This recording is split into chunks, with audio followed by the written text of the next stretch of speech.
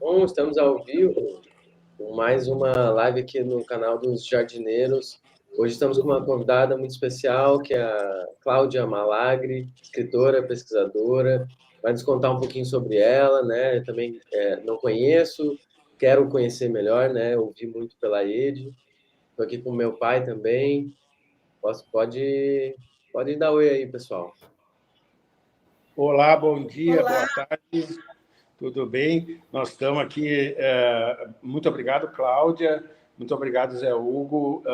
Eu acho que a gente está dando uma continuidade, um pouco mais, uma mudança de organização, né? Porque a Ede nos trouxe até aqui e ela vai agora a seguir como curadora e como organizadora, como a estrutura de a gente poder conversar um pouco sobre um projeto, Cláudia, que, só para resumir um pouco, para você também ficar um pouco mais à vontade depois na sua apresentação, né? Que é difícil começar assim, sem saber muito bem o que está acontecendo.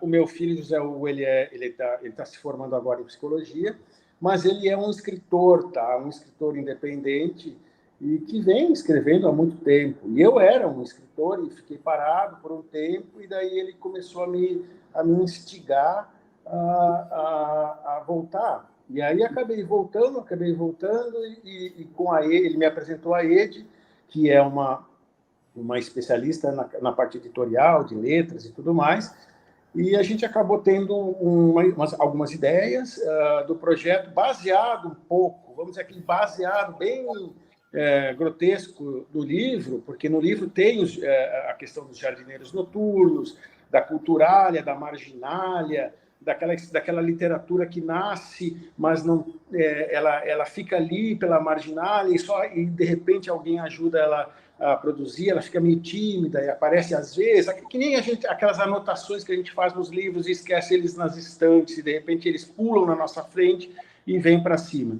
E aí aconteceu, a gente começou a fazer algumas lives dos jardineiros, o projeto Jardineiros Noturnos, que são aqueles escritores que estão parados, que nem eu estava, que nem o Zé às vezes fica, e o livro acabou sendo selecionado por uma editora, e aí a coisa foi muito rápida, e agora ele já está em fase de publicação. O livro se trata um pouco desses errantes do pensamento, desses personagens maravilhosos que, às vezes, a gente precisa fazer uma justiça metafísica para eles, porque eles foram esquecidos pela história tradicional, né? pela nossa... pelo cânone que a gente fala, né? O cânone, ele faz essa questão, essa escolha um pouco, às vezes, um pouco injusta para alguns que foram... E aí a gente acabou fazendo uma outra série, que são os rompedores de muros acadêmicos, escolásticos, por mais que eu sei que a Ede e os convidados são acadêmicos, né? Mas, né, é mais uma crítica ao modus de alguns acadêmicos, de alguma coisa assim, no sentido muito... de canaleta.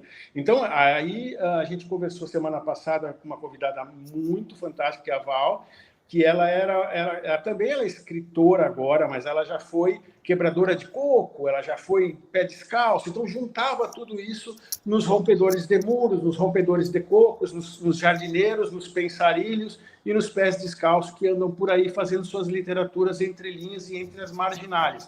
E aí acabamos aí na nossa convidada de hoje, que é a Cláudia, que eu vou deixar para ela agora, depois desse meu minha tagarelice inicial ali, deixar para ela a parte principal do vídeo aí. Bem-vinda, Cláudia. Pode se apresentar e usar o tempo que for necessário.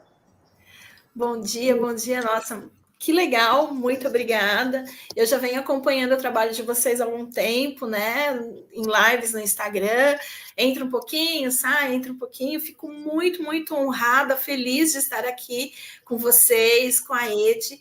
E eu tenho que falar, né? A Ede é uma luz na vida da gente, né? Porque sem ela também eu não estaria onde eu estou hoje. E a Ede gentilmente me chama de escritora, e eu tenho que me convencer disso também, porque a minha régua sempre foi muito alta, né? Então, eu sou professora já há mais de 30 anos, sou pesquisadora, E agora estou me tornando professora, então me tornando escritora. Então eu falo que eu estou numa fase de escrita embrionária.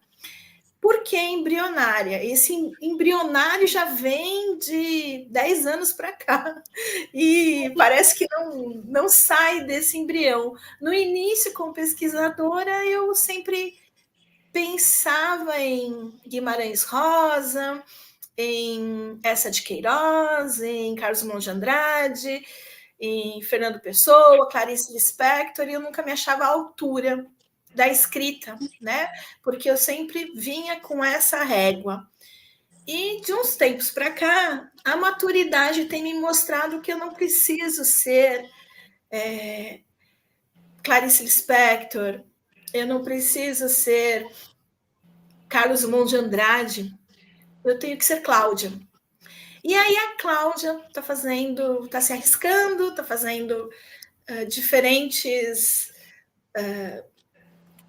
químicas, né? E eu falo que é uma composição que as palavras elas têm o poder de mudar o mundo, né? Como a Clarice Lispector diz, mas ela também não deixa de ser uma fórmula química e mágica. E é isso que eu falo para os meus alunos, por isso a importância da gente estudar a língua portuguesa, não para se tornar perfeito, mas para a gente comunicar o que a gente pensa e o que a gente gosta, e o que a gente sente, é isso que eu vejo na literatura. Então, eu não sou pesquisadora efetivamente da literatura, mas eu pesquiso o empreendedorismo e ele também tem uma relação com a literatura em diferentes aspectos. Então, eu estou muito feliz de estar aqui com vocês hoje. Álvaro, te admiro muito. A gente ainda não teve oportunidade, né, de ler o seu livro, então eu fiquei muito instigada com essa personagem que a Ede falou, que se chama Alba, que tem o Alba no meu nome. Na verdade, o Alba é sobrenome. Ele é espanhol, né? Então toda a minha família tem o Alba. E por incrível que pareça, eu vou me emocionar porque eu me emociono, tá? Então, se o momento me toca, a minha voz fica embargada mesmo, eu me emociono. O Alba, eu sempre gostei muito. E não sei porquê, sempre, se eu tivesse que mexer alguma coisa, não seria no Alba. Essa não seria a minha opção, né? Então, eu fico muito feliz e honrada com essa oportunidade de, inclusive, me redescobrir. A Ede aqui, não chora que a gente chora também. Mas é por aí, né? A gente se emociona com as pessoas. A primeira vez que eu te ouvi, Álvaro, eu lembrei, não sei porquê, de Guimarães Rosa, sabe?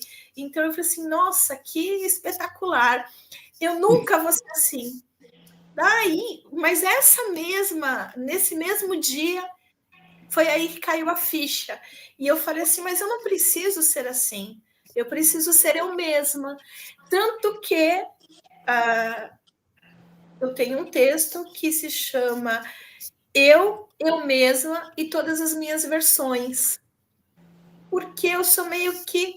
Eu me sinto, né? Pegando uma licença poética, um pouco Fernando Pessoa, que ele era muitos, né? E eu falei assim, eu queria essa grandeza. E eu falei assim, e por que não ter essa grandeza? Eu tenho essa grandeza e todos nós temos essa grandeza, e cada um de um jeito. Então, essa é a minha felicidade, essa é um pouquinho da Cláudia, que está aqui hoje com vocês, uma das versões apenas. Puxa vida, olha, Cláudia, eu fico muito, muito, muito feliz mesmo. Puxa vida, esse é o objetivo nosso do Jardineiro. Eu sempre falo, tá, que assim, a literatura, o que a gente escreve, ela tem duas situações. Primeiro, é uma coragem, né? A gente tem que ter coragem de escrever, porque e também é uma caridade. As pessoas falam, mas por que caridade? Sim, você tem uma caridade porque você doa com coragem aquilo que você acha que as pessoas precisam, das lacunas dela. E essa questão das lacunas, para mim, é muito importante. Porque o que acontece? Eu, por exemplo, eu tive uma formação toda tumultuada, né? Eu comecei querendo fazer letras, daí tive um empecilho familiar, fui para medicina, aí me formei e vi que o grupo médico usava um jargão tão absurdamente desligado da aura cultural lá que falava o Baudelaire, a arte, a estética. Não, os nossos médicos, eles são totalmente jargonizados, tá? Tanto é que na primeira frase desse livro que eu estou tentando dar uma continuidade, eu coloco ali: ninguém gosta de quem não jargoneia. Por quê? Porque as pessoas viraram ilhas de jargões, né? E o que o escritor, qualquer que seja ele pega e doa para as pessoas que leem, uma mistura do que ele sentiu de todos aqueles filtros. E é basicamente o que os jardineiros fazem, né? Eles sentam nos jardins ali, que eu tenho na minha cabeça bem os jardins abertos de Epicuro, lá que todo mundo sentava como quisesse ali, falava o que quisesse, e a amizade, o que liga, né? A religião da amizade, aquela amizade que liga as pessoas, que cada um fala uma coisa que preenche a lacuna do outro, e assim vai num moto perpétuo da literatura. E você vê que esse, para mim, é um aforismo, praticamente, é um princípio tão importante, que a literatura, por exemplo, você vê que tem milênios, né? E ela continua. E todo mundo escreve. E cada livro que a pessoa escreve é diferente, como uma impressão digital, como uma impressão de retina. É dele próprio. E ele só publica por coragem. Então, a sua coragem de publicar é fantástica. Porque quando o Zé falou para mim assim: ô pai, mas o que você está... Você estuda, para que você vai fazer com tudo isso? E eu falei: Zé, mas para publicar tem que ter uma coragem. E aí eu fico pensando, né? Que daqui a pouco, daqui 1 mês, 2 meses, sai um livro que é meu, que já não é meu, que eu não sei mais como que eu escrevi aquilo, já é igual o Rio de Heráclito, né? Já não é mais, seria outro livro agora. Então, quer dizer, você doa para o mundo igual um filho, eu sei que é uma imagem banal, trivial, mas você doa um pedaço de você que vai juntar com outros, e assim o moto vai indo da literatura. E eu acho que isso que é a coisa mais fabulosa, mais impressionante, mais maravilhosa da literatura, é essa universalidade de coragens e de carências e de caridades que nós fazemos preenchendo as lacunas uns dos outros, né? E então, eu acho, primeiro, parabéns, muito parabéns pela sua coragem, de dar ao mundo algo que vai ser o preenchimento de alguma lacuna, que provavelmente vai pegar um pouco de você, juntar com o dele e preencher outra lacuna, e assim sucessivamente. Acho que é mais ou menos essa a ideia do grupo, a ideia de instigar. Porque, para mim, João Guimarães Rosa, para mim, o que é João Guimarães Rosa para mim? Ele é o libertador do dicionário. Ele simplesmente pegou e falou assim: escuta aqui, olha, lê o dicionário, vê, tá tudo, conheceu, agora se liberta dele. Agora você tem as suas palavras, você pode usar aqui e ali. Não tem no dicionário? Não, mas aqui esse sentimento meu vai ser essa palavra. O João Guimarães Rosa é um modelo, mas ele também é um ídolo de você chegar e falar assim: ele é um libertador do dicionário, assim como Clarice é o libertador da mente e tudo mais. Então, eu acho que a gente não tem que se espelhar, mas a gente tem que usar o que ele nos forneceu. E ele nos forneceu essa filosofia de que eu vou falar dos sertões, eu vou falar daquele momento, mas eu vou falar do jeito que eu vejo. E o jeito que eu vejo não tem as coisas no dicionário. Então, eu vou falar igual... Eu vou falar Cláudia, eu vou falar Álvaro, eu vou falar Zé Hugo. E esses vou falar... que nem você disse ali no seu livro, eu e mais uns outros eus meus, que a gente vai doar para que as pessoas possam usar literariamente ou de outra forma, aí da forma que as pessoas preencham-se. E eu sinto bem assim mesmo. É uma partezinha de mim que eu estou dando para outras pessoas, para que elas possam tirar proveito, né? Então, é uma partezinha do meu eu que eu dou para outras pessoas. Então, eu comecei com crônicas, E no início a Ed vai lembrar, eu falo assim, Ed, por favor, me ajuda aqui, corrija esse texto para mim, que eu não tenho coragem de publicar sem que ninguém tenha lido. Aí a Ed lia, aí o primeiro texto ela me ajudou com alguns ajustes, no segundo texto menos, e no terceiro menos. Então, agora eu estou publicando e nem falo nada para a Ed. Eu falo assim, publiquei, né? Então, eu estou mandando alerta de spoiler, trechos do livro Errantes de Pensamento que aparece a Alba.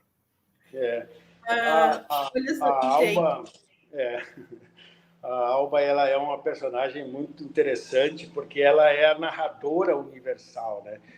O que acontece com os personagens é que eles se encontram num parque que existe em São Paulo, que ele é um parque, ele é uma mata atlântica no meio da Avenida Paulista. A Avenida Paulista é a principal avenida de São Paulo, do centro ali, rodeada de arranha-céus e de cimento por todos os lados, e na frente do Museu de Arte Moderna de São Paulo, o MASP, no outro lado da avenida tem um museu, o parque, que chama Parque Trianon, e que era um parque onde eu, quando era residente médico, eu ia lá, fugir do jargão médico, ia lá e ficava escrevendo minhas coisas ali, né? Com os caderninhos que tinham ali. Antigamente não tinha celular, não tinha nada disso. E aí a estátua que tem ali na frente de onde é o que para mim era um santuário literário, que hoje é um sanitário dentro do parque, tem a estátua da Alba, que era a nossa maior, vamos dizer assim, a ideia, né, do grupo, que era a narradora universal e tal e coisa. Então, a Alba é uma personagem central no livro, e ela vai se desenvolver, além da literariedade, da figura feminina, da figura do nuance, do entrelinhas, da própria marginalidade, aquela que capilariza todo o texto, né, que é na figura da Alba. A questão que eu acho muito mais interessante é que no livro eu falo um pouco, tá? Mas assim, eu acho que aquele fragmento da Cláudia, que é um fragmento que faz parte de uma finitude, entre aspas, porque eu creio que nós todos somos pequenas infinitudes, né? Vai ficar colado como aquele núcleo, né? De átomos, de moléculas, vai ficar ligado com outros, e aquilo vai se ligando, e é uma rede mirabilis, né? Dos fragmentos de todos nós, né? Então, essa é a ideia também do grupo do parque ali, dos três ali, porque os três falam-se do cérebro como um fala é o trio ali da neuro, né? Um fala da mente, outro fala do encéfalo, o outro fala da questão mais filosófica, né? Então, tudo isso na rede dos fragmentos que eles vão coletando na cidade, pelos poemas das pessoas que convivem ali. Então, a Cláudia vai gerar um poema que vai se juntar ali ao grupo, e assim, indefinidamente, a gente vai fazendo literatura.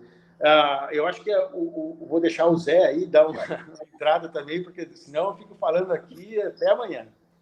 Mas deixa eu só antes falar que eu já estou imaginando, eu imaginei toda a cena, porque eu também sou paulistana. Eu trabalhava no Condefat na época que era na Consolação. Então, eu vivia lá na Consolação com a Paulista, e eu ia direto todos os dias para lá, né? Então, agora o Condefat mudou de lugar, nem sei onde ele está mais. E recentemente eu estive lá no Margues, e realmente é triste ver a cidade suja, né? Com pichações e com aquele odor que não é bacana, né? Que a gente não imagina que deveria ser, né? Também me trouxe bastante pesar, né? A Praça da Sé, que também nunca foi um lugar muito... É lindo em relação à arquitetura, em relação ao ambiente, mas eu vejo que poderia ser melhor cuidado, né? Então, você estava falando, eu comecei a imaginar, comecei a já viajar para esse lugar, mas vai lá você, porque senão eu também não paro de falar. O que eu uso muito, tá? Eu uso muito esses fragmentos de gentes, de fragmentos de odores, aromas, escritos e pichações. E aí eu tive lá no Parque Trianon, eu acho que o ano passado, e eu mostrei para o Zé o que eram as parafernais, né? As parafernais são as escritas que a gente vê que as pessoas fizeram nas árvores centenárias lá, nos muros internos. Você vê que tem muitas parafernálias espalhadas por todos os lados da cidade. Por baixo das pichações horríveis, existe alguém ali que ficou ali e pichou alguma coisa. Então, é essa busca dos resíduos e dos sedimentos da cidade que o poeta ele vai andando pela cidade e vai captando, né? Então, o poeta é um observador seletivo das sublimidades da cidade, né? Mas eu acho assim, a cidade de São Paulo, para mim, ela tem um significado de narracional, ou seja, eu caminho narrativamente pela cidade. Eu produzo os fragmentos que eu vou tirando, né? E para mim, claro, a cidade sendo narracional, é óbvio que eu estou sendo bastante seletivo, né? Então, mas é o lado poético, né? O lado do poeta, né? Mas o Zé deve ter alguma coisa para falar sobre a questão que ele foi visitar São Paulo também e tem ali uma visão, vamos dizer assim, mais mediadora dessa situação. Sim. Porque na verdade eu sou paulista, né? Então eu nasci no interior de São Paulo e eu vivi quase toda, né? Vivi toda a minha infância lá. Eu tinha 9 anos. Então para mim Novo Hamburgo já era uma cidade grande, né? Engraçado, porque vindo de São Paulo, né? E quando eu fui conhecer a capital de São Paulo mesmo, assim, são duas percepções, assim, né? Tem a comunidade,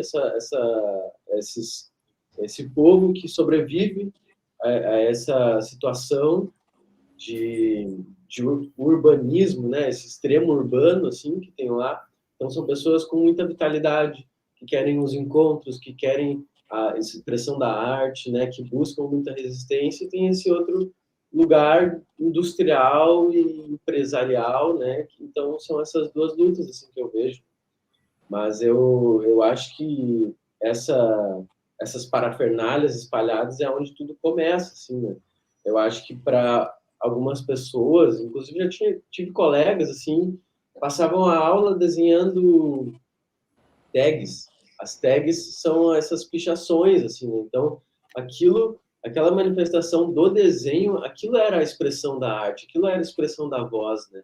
Aquilo ali quer dizer alguma coisa, né? Sim, e eu vejo, eu vou dizer mais, tá? Meu personagem principal, o meu narrador maior, meu protagonista mais acidentado, é o Urbano, né? Urbano porque é urbano, ele é urbano, tem todo o significado de urbano, mas ele ele tem não só cidadino, vamos dizer assim, né? O Urbano ele nasceu há muito tempo, assim como os outros. Mas o Urbano, o que ele faz? Ele é um caminhante da cidade, ele raspa muro, ele raspa as mazelas, ele conversa, mas não ele, personagem.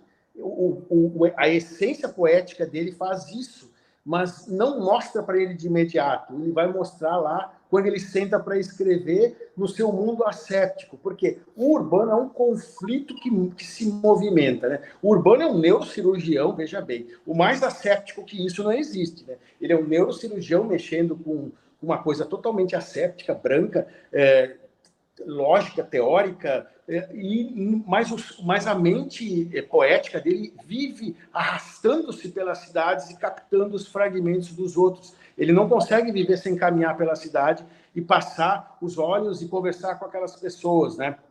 Então, são dois elementos que se mexem. E com isso, ele tem uma inveja das pessoas que conseguem fazer isso, que nem o Asmin, que é o contraponto do Urbano, ele é próprio cidadino. Ele vai lá, ele dorme no parque, ele vai para a rua, ele fica no chão, ele se mexe, e aí é esse conflito, né? Que a pessoa que... Porque a poética do Urbano, ele tá fora dele. e ele sempre está em conflito com ele mesmo, buscando a poética, que é a própria história um pouco minha história, porque eu estou num caminho profissional, só que minha cabeça está paralela, buscando outras coisas. Então, aonde eu estou? Onde?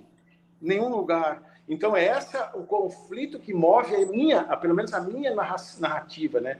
Então, eu vejo que todos produzem e todos são importantes com os fragmentos que eles nos fornecem no dia a dia. E a escrita, a literatura, é a dádiva de mais caridade que uma pessoa pode ter. Por exemplo, a Cláudia perdeu horas, semanas, meses fazendo uma obra e dando para as pessoas, resumindo aquilo que a Cláudia pode dar de tudo. Então, eu acho que essa é o objetivo da literatura, e para isso precisa ter muita coragem, Cláudia. Sim, e eu acho que para se encontrar, né, Cláudio, como tu trouxe, assim, essa questão eu achei muito interessante, porque no começo também, eu acho que a gente teve experiências um pouco parecidas, porque eu comecei a escrever, eu não me lembro quantos anos eu tinha, onde eu estava, acho que eu estava no primeiro ano do ensino médio, talvez, ou por aí. E aí eu me lembro, eu estava lendo muito Stephen King, que eu estava me inspirando, porque era a única coisa que eu queria ler.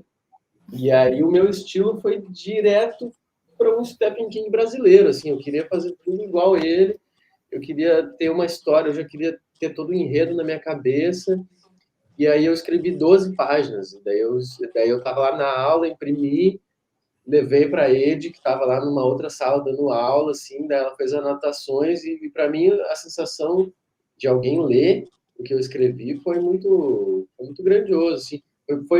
É isso, é compartilhar, né, esse local, não local mental, assim. Então, eu estou te compartilhando um sentimento, uma percepção, uma história, uma narrativa, né? Só que aí, enfim, parei de ler Stephen King, né? Fui ler outras coisas, e o meu estilo, ele foi se constituindo, né? E ele vai se constituindo pela coragem, assim. Eu, né, sempre falo isso, eu tenho um estilo diferente do meu pai, mas o que funciona muito bem para mim é quando eu não nego aquilo que vem, quando eu não nego nenhuma palavra. Então eu vou escrever e às vezes é uma vontade própria, assim, eu estou aqui escrevendo, as palavras estão vindo, mas eu sei que se eu parar e pensar e falar assim, não, acho que não é bem isso que eu quero dizer, aí eu fico meio trancadão, assim, sabe? Eu fico, tá, mas se não é isso, então não é aquilo, então eu não consigo seguir, né? E eu acho que o meu estilo foi se constituindo através dessa coragem mesmo, dessa confiança de poder escrever como eu quero, porque eu tenho um estilo também, que também depois eu fui pesquisando, fui ver que é parecido com o do meu pai, né, como ele escrevia mais alguns anos atrás, assim, que é um estilo meio... não tem uma definição de parágrafo. O que é o parágrafo ali? É onde está o meu ponto, onde está o espaço que eu vou dar, né? Então, aí se constitui uma narrativa, enfim, a originalidade, eu acho que vai se constituindo através dessa permissão, né? A permissão, assim, tanto é uma coisa que não vale só para a escrita, né? Que vale para toda a vida, assim, a gente permitir, né? Porque o esquisito só é esquisito porque ele não está lá ainda, ele não está totalmente permitido, né? Ou também está, né? Mas que legal, Zé, você descobrir isso na flor da idade. Eu vou ser bem sincera, eu neguei tudo isso por muitos anos, porque eu sempre escrevi, desde a vida inteira. E nunca era bom o suficiente, nunca era o esperado o suficiente, e talvez também o meu ecossistema esperasse alguma coisa diferente de mim, e esse desejo ficou lá, engavetado, né? E agora a maturidade me trouxe essa coragem e essa vontade, né, de expressar o calor que a gente carrega, né? A gente não, eu falo muito, né? Você é morno, você é quente. Eu falei assim, então eu desejo muito exteriorizar essa chama interna, né? De expressar os pensamentos que a maturidade me deu coragem para fazer. E é engraçado, né? Quando você fala dessa questão, que eu vejo muito ligado também à inspiração. E é impressionante, porque quando você senta e fala, agora eu vou escrever, se você dá vazão a essa inspiração, ela vai.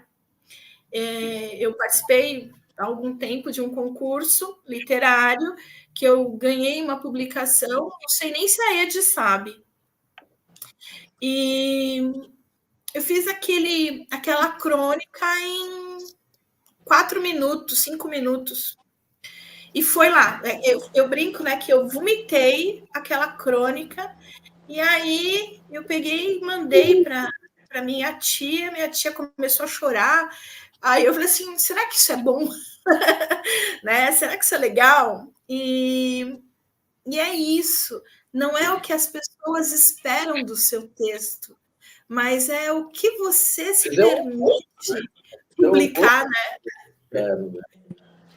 Eu acho que presa também dessa criação de um estilo, assim, né? É uma coisa nova, é uma coisa minha, né? Coisa que nunca esteve aí antes. E a Cláudia está falando uma coisa que é mais pura verdade, né? Que todo mundo que faz esses cursos de como escrever um livro em quantos minutos e tal, eu acho que nós, assim, eu pelo menos, tá? Eu vou falar porque a Cláudia acabou de falar isso, e eu também, tá? Eu fico com a minha escrita presa na minha cabeça o dia todo, tá? Daí eu fico pensando. Daí quando eu sento, sai de uma vez, assim. Então, eu acho que é um pouco inspiração, mas é porque também a gente já está com essa estrutura mental voltada para esse tipo. E eu já contei milhares de vezes aqui sobre uma Bienal que eu fui assistir. Eu não sei se a Cláudia conhece o Antônio Calado, é um escritor brasileiro, já antigo. Na minha época, ele estava no auge, assim, né? Então, ele subiu no palanque lá, onde ele ia discursar, e falou assim, olha, eu escrevi muitos e muitos romances, só que eu não sugiro para ninguém com menos de 50 anos escrever um romance. Não vale nada. Eu tenho que ter muita maturidade para escrever. Claro, ele falou aquilo jocosamente, obviamente, mas alguma coisa de verdade tinha, porque ele tinha lá seus 70, 80 anos e estava falando da estrutura superior de um escritor profissional de 50 anos, né? Então, e Platão já dizia isso, e Epicuro já dizia isso, quer dizer que a gente não tem idade para começar a escrever, a gente tem idade para parar, que é quando a gente morre, mas para começar, não. Então, eu acho, Cláudio, tu está muito de parabéns, eu acho que tem que continuar mesmo. O que nos faz feliz é escrever. Se a gente vai ser lido, ótimo, a gente deu um presente para alguém ler, ou não. Então, assim, o que vale para mim, por exemplo, esse ano que eu tenho passado, de novembro, hoje, outubro, que a gente começou até hoje, ele deu um significado para a minha vida completamente diferente, tá? Eu percebi assim, puxa vida, eu não posso passar sem isso, eu preciso sentar e escrever. E o meu modo de escrever, eu já falei para o Zé, já falei para ele várias vezes. E aí vai o meu modo de escrever. Que nem eu sempre escrevo, que nem o Zé, um monte de coisa.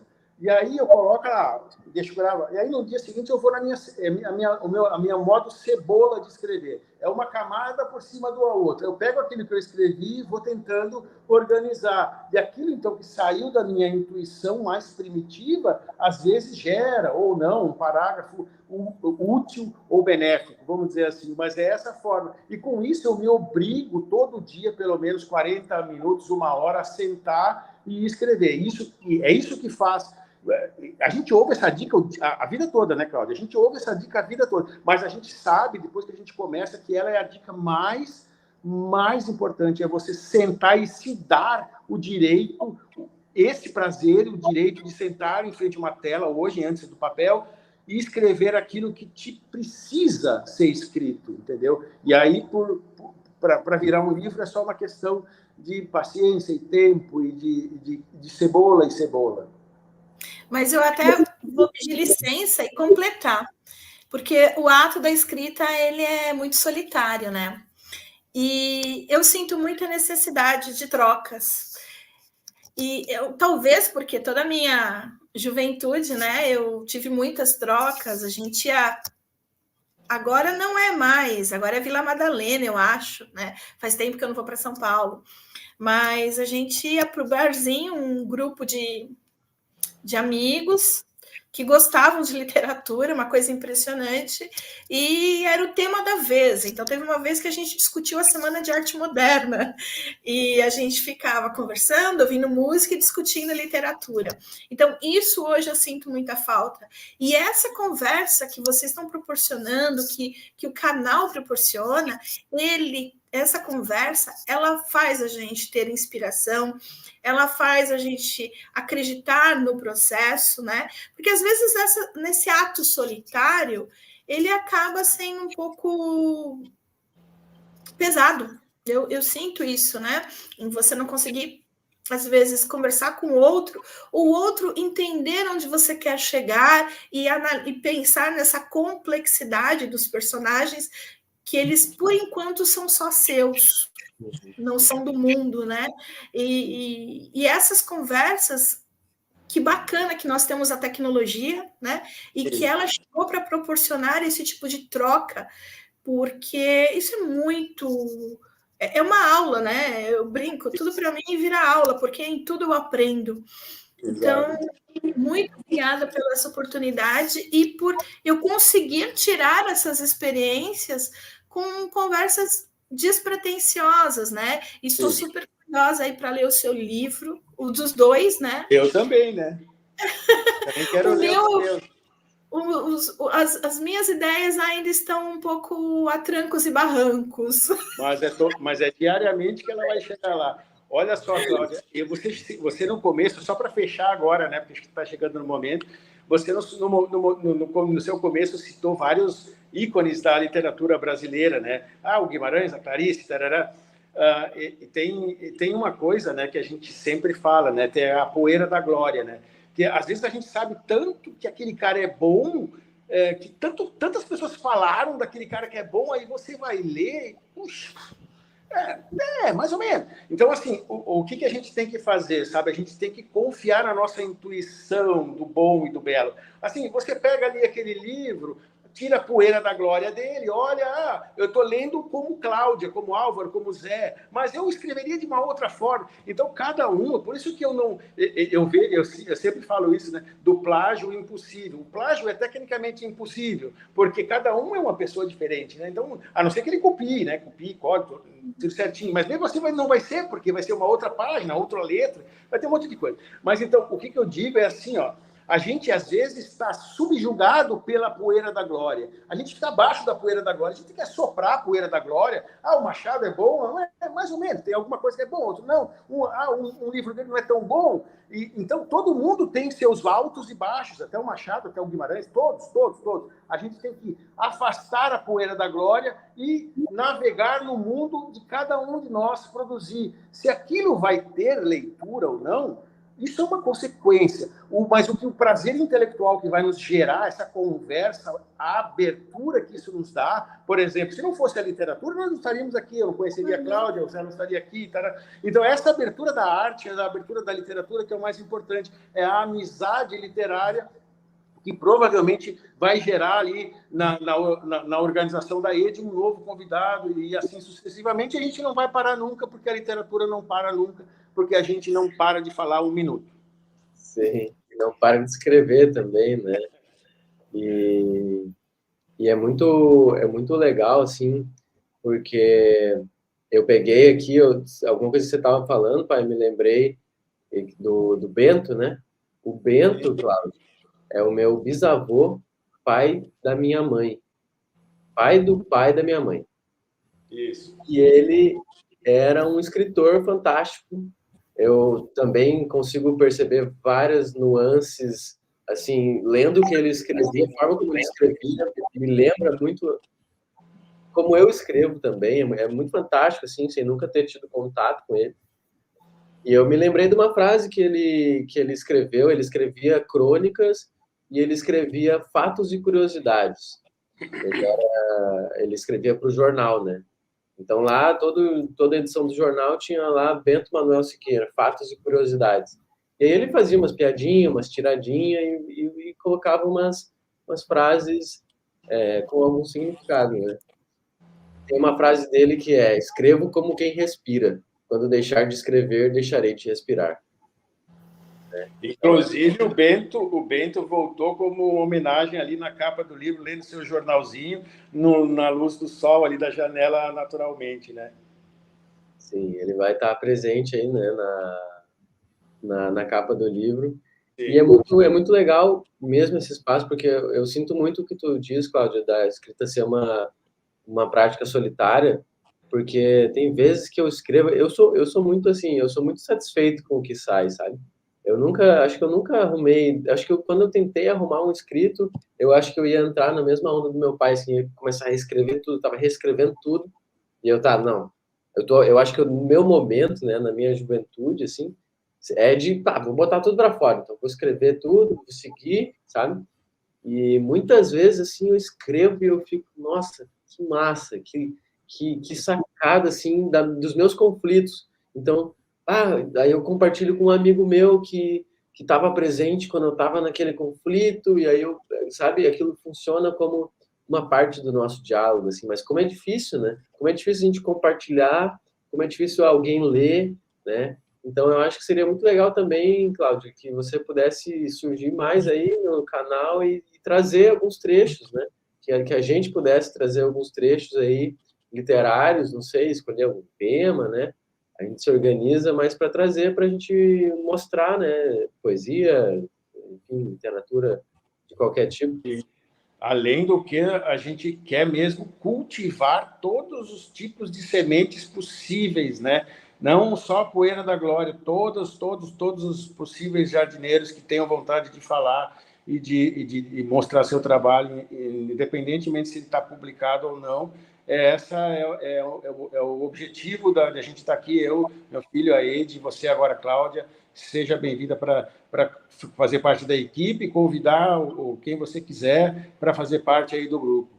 Tá? Muito obrigado por vocês, pelo tempo de vocês. Esse aí é o Bento, aí, a capa do livro, aí, lendo seu jornalzinho, A Luz do Sol. Ali do lado tem vários jornais que ele lia, pelo menos uns 8 jornais a cada manhã ali, tanto de Paris, dos Estados Unidos, da Inglaterra, e tudo ali era um leitor voraz. E essa imagem mostra justamente o leitor, né? É o que eu quis mostrar, eu quis que essa capa fosse, inclusive pedi para a família da minha esposa, e essa capa é o leitor, né? À luz de um sol natural, lendo concentradamente num pedaço de papel algumas letras ali, e é justamente a imagem do leitor que eu queria passar. E aí finalizo aí, Zé. Muito obrigado, Cláudia, muito obrigado, Bento, muito obrigado, Ed, muito obrigado a vocês todos, e que a gente continue com esses diálogos literários, com essas rapsódias literárias nossas aí. Muito obrigado, pessoal.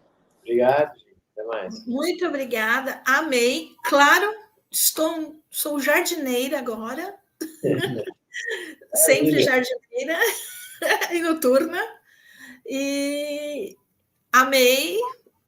E sim, muito obrigada pelo convite, pela oportunidade e pelo aprendizado que vocês me proporcionaram. Obrigado, Cláudia. Até a próxima. Até a próxima. Tchau, tchau.